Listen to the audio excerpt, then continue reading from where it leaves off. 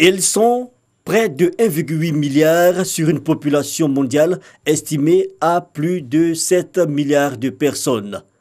Les jeunes sont considérés comme la frange la plus importante et en Côte d'Ivoire, cette jeunesse constitue 70% de la population selon le dernier recensement général de la population de l'habitat RGPH 2014, un atout considérable à prendre en compte dans les politiques de développement.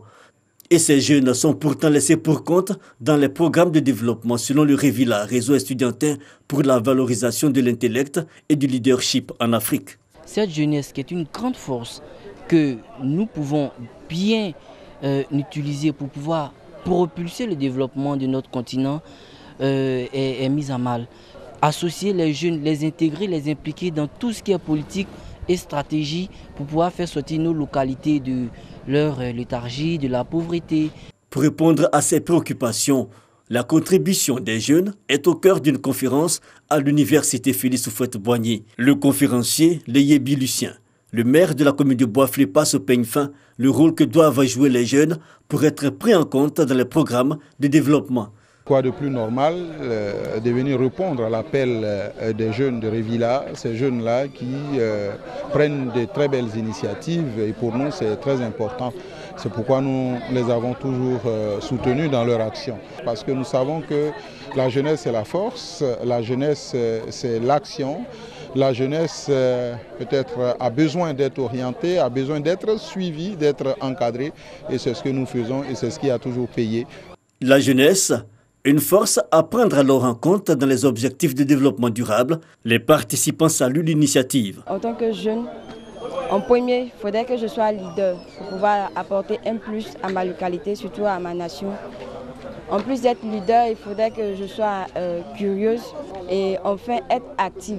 Il ne faut pas seulement critiquer ce que l'on voit ou dire ce qui n'est pas bon, mais il faut aussi participer. Nous sommes sortis très enrichis de cette conférence dans la mesure où nous avons été édifiés par le conférencier concernant donc la participation de la jeunesse dans le processus de développement de nos différentes localités. Et c'est pour cela que je veux avec vous encourager ce genre d'initiative, les pérenniser afin que la jeunesse puisse prendre sa part dans le processus de développement. Créé le 20 décembre 2014, le REVILA, réseau estudiantin pour la valorisation de l'intellect et du leadership en Afrique, est une structure apolitique qui regroupe plus de 200 jeunes étudiants, entrepreneurs, des jeunes professionnels qui œuvrent pour la contribution des jeunes dans le développement local.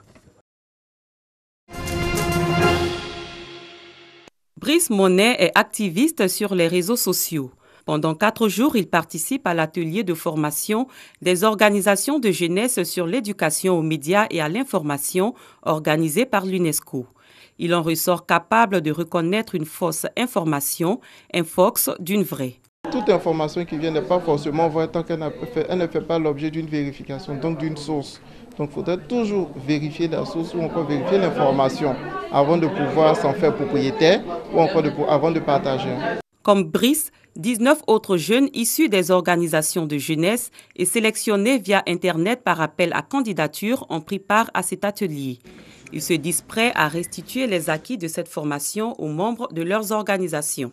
Je pars d'ici avec beaucoup d'instructions, beaucoup de calibrage et puis ça me donne encore cette force-là de comprendre comment fonctionner. Et lorsque je recevrai des informations désormais, comment me tenir, comment me comporter. Et au sortir d'ici, je vais encore réunir tous mes amis et puis si possible organiser encore une autre conférence pour qu'ensemble on puisse être éduqués. Je venais ici avec des a priori sur le comportement du citoyen face au numérique.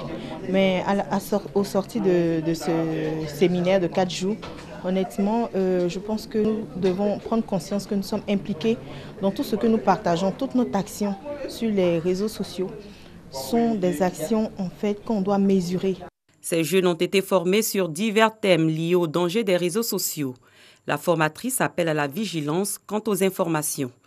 Même si j'ai copié, j'ai collé, ma responsabilité est engagée. J'invite la jeunesse à être plus regardante à ce qu'elle consomme. Faites attention parce que cela peut vous conduire en prison, mais parce que également inconsciemment, vous pouvez contribuer à détruire l'image ou la vie de quelqu'un. Donc doutez systématiquement de tout ce qui se trouve sur Internet. Ce n'est pas parce qu'il y a une photo, ce n'est pas parce qu'il y a une vidéo que c'est forcément vrai. Vérifiez l'information avant de partager, réfléchir. Pour les responsables de l'UNESCO, bureau d'Abidjan, cette formation a pour objectif d'aiguiser l'esprit critique des jeunes.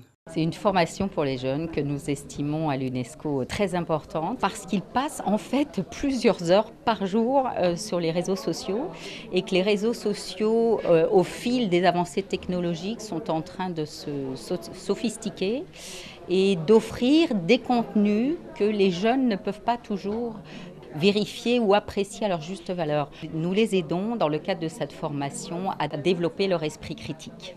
Les 20 jeunes formés par l'UNESCO sur l'éducation aux médias et à l'information doivent à leur tour contribuer à la sensibilisation de la jeunesse ivoirienne à une utilisation citoyenne des réseaux sociaux.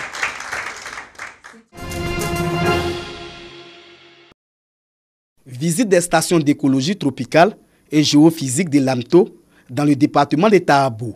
L'Amto est une réserve scientifique de biosphère créée en 1968 qui abrite des programmes de recherche sur la structure et le fonctionnement d'un écosystème de la savane tropicale. C'est cette station qui accueille la 6e Assemblée générale du programme sur l'homme et la biosphère.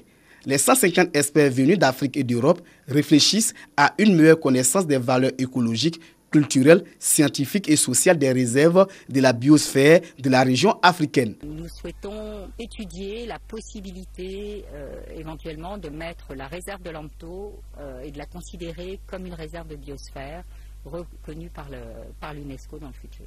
Soutenue par l'UNESCO, cette rencontre est aussi un cadre de concertation, de coopération régionale et internationale pour le développement des politiques de gestion des réserves de la biosphère. À l'issue de cette visite, nous aurons très certainement des discussions avec les collègues ivoiriens pour voir quelles sont les opportunités pour avoir une proposition pour ce site en tant que réserve de biosphère.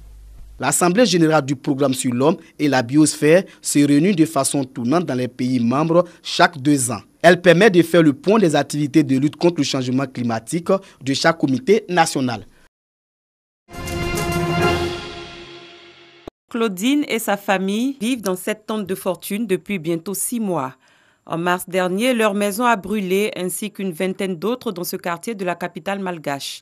Un incendie provoqué par un court-circuit. Le court-circuit a démarré sur cette maison là-bas. Comme cette maison est en bois sec, lorsque le poteau a pris feu, le fil électrique a propagé le feu vers notre maison qui est aussi en bois. À Antananarive, 60% des incendies sont causés par des courts-circuits. Aujourd'hui, les techniques de la Jirama, la compagnie d'eau et d'électricité malgache, remplacent un poteau électrique. La majorité des installations des poteaux électriques malgaches sont vieilles de 100 ans, un délabrement auquel s'ajoutaient les branchements illicites. Les gens se branchent n'importe où ou sans autorisation et le transformateur ne supporte plus la surtension. Par exemple, une installation ne peut supporter que 3 ampères alors que ces gens font de la soudure, des brochings et utilisent d'autres appareils à haut voltage. Les câbles venant de leur maison peuvent chauffer et brûler. Depuis plusieurs années, la Jirama est accusée de mauvaise gestion en vendant son électricité à perte. En effet, la compagnie nationale achète le kilowattheure à des fournisseurs privés 2 fois plus cher qu'elle ne le vend aux consommateurs. Résultat, une dette colossale de 300 millions d'euros et des coupures de courant fréquentes pour économiser de l'électricité. Là, ce vendeur d'appareils électriques s'éclaire désormais grâce à des panneaux solaires. Lorsqu'on regardait une émission télé, ça coupait toujours au moment où ça devenait intéressant. Alors que maintenant, depuis qu'on utilise des panneaux solaires, on peut faire marcher tous nos appareils. Madagascar bénéficie de près de 2800 heures d'ensoleillement par an, un potentiel non négligeable en énergie solaire dans un pays où seulement 1 personne sur 10 a accès à l'électricité.